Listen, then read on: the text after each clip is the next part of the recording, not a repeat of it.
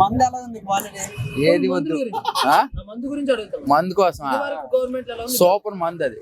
ఇది దరిద్రం, ఇది దరిద్రం. ఈ రోజు ఒకటి ఉంటుంది, రేపు ఒకటి ఉండదు. ఇప్పుడు మనం పేర్లు చెప్పడం నీకు అర్థమైంది. ఇప్పుడు ఈ గవర్నమెంట్ లోనే నీకు ఏటి కావాలి? 130 కావాలా, 150 కావాలి అంతే, 200 కావాలి అంతే. ఇంకో రెండోది లేదు. నువ్వు ఈ రోజు అడిగితే నువ్వేదో చూసుకో, నీకు ఏది కావాలి తీసుకోవాలి, దింగాయి అంతే. అంతే మందు ఎలా ఉన్నది క్వాలిటీ? ఏం బాగాలేదు మరి. అదే నా ఇప్పుడు క్వాలిటీ ఒకప్పుడు 60 రూపాయలు ఉండేది, క్వార్టర్ 60 రూపాయలు ఉండేది టీడీపీ పరిపాలన. అది మందు సూపరు. ఇప్పుడు మంద దరిద్రం. తాగిన కాంచి కాలు నొప్పులు, ఈ నొప్పులు, పీకుళ్ళు, ఒళ్ళు నొప్పులు. అర్థమైందా?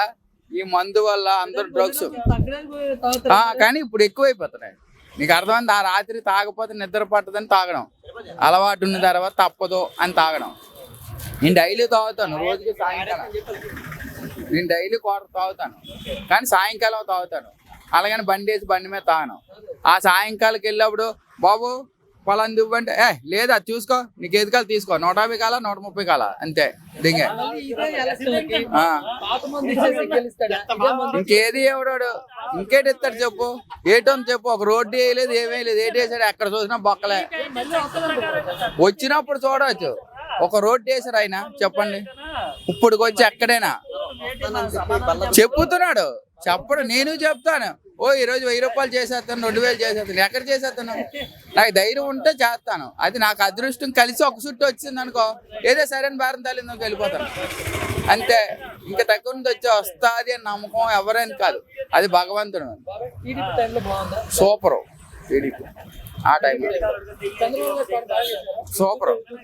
మొత్తం ఉద్యుత్కి ఎవరు చేశారండి? అతను కాబట్టి ఒక 5 రోజులు ఇక్కడే ఉండి శుభ్రం చేశాడు.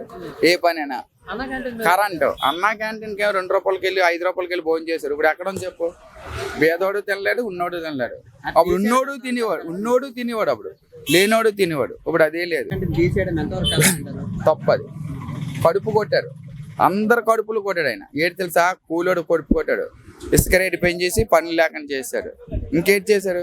ఇప్పుడు అందరికీ పెడితే అది న్యాయం. ఇప్పుడు ఆ పార్టీ ఈ పార్టీ అని కాదు, వాళ్ళ నాన్నగారు చేశారు సూపర్. ఇప్పటికీ దేవుడు అంటారు వాళ్ళ నాన్నగారిని, వైఎస్ రాజశేఖర రెడ్డి గారు. ఈయన చూస్తే జగన్ అంటున్నారు. అంటే ఇతనికి తెలుసో తెలీదో మళ్ళీ అది తెలీదు. ఈ పక్కన ఉన్న వాళ్ళు, ఈ మినిస్టర్లు వీళ్ళు కానీ తప్పించి కానీ ఎవరో చేసేస్తున్నారు అంతేగాని మరి ఆ సీఎంకి తెలుసో తెలీదో మనకు తెలియదు. అది ఇప్పుడు డ్రగ్స్.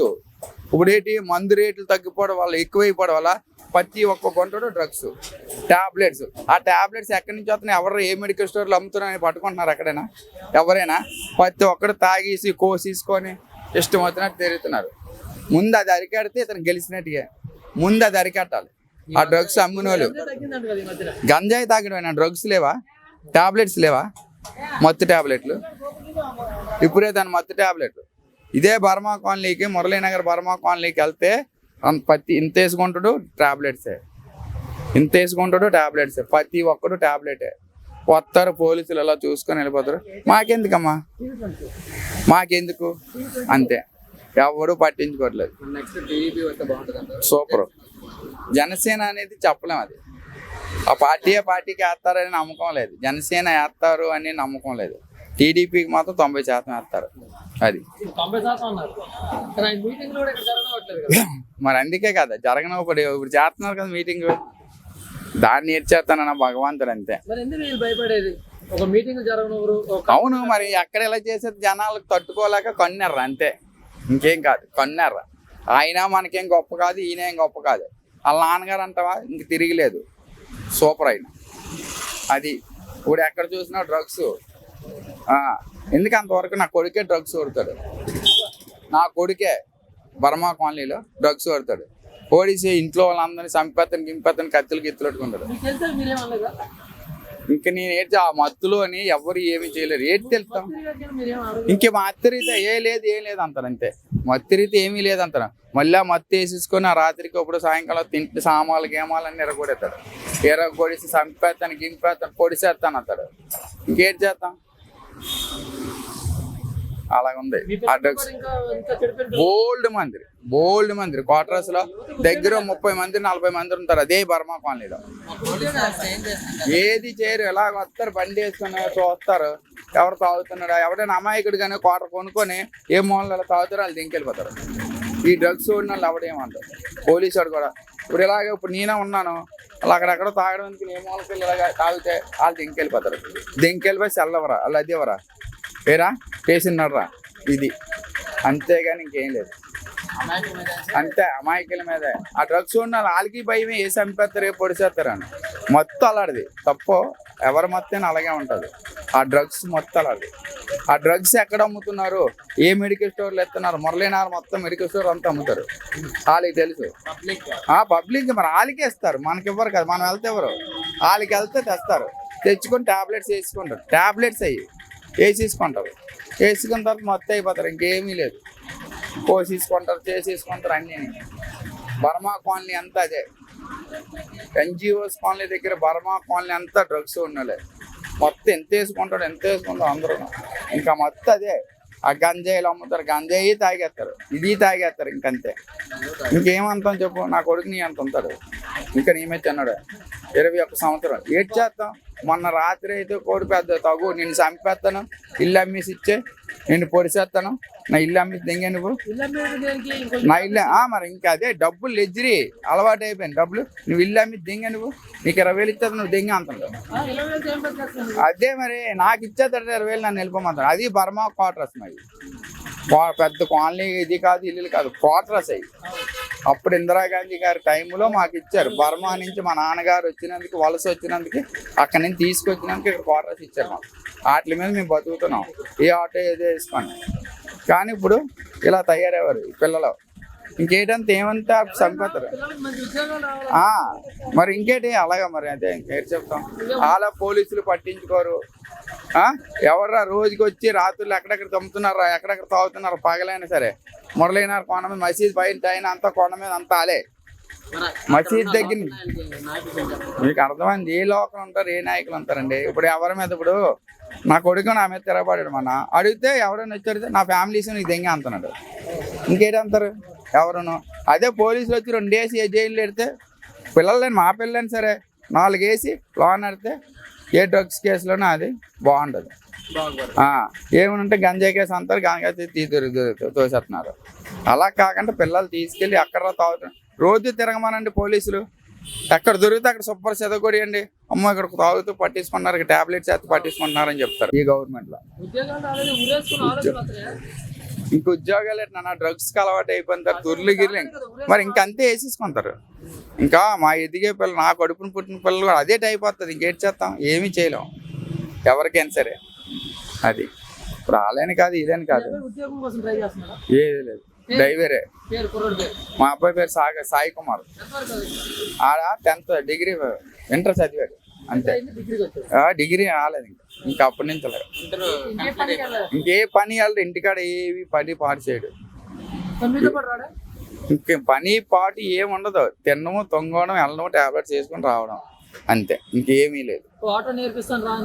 ఆటో తోలుతాడు, ఇంకే పని చేయను నేను, ఏ పని పాటు చేయను అంతే, ఒకటే ఉంటా.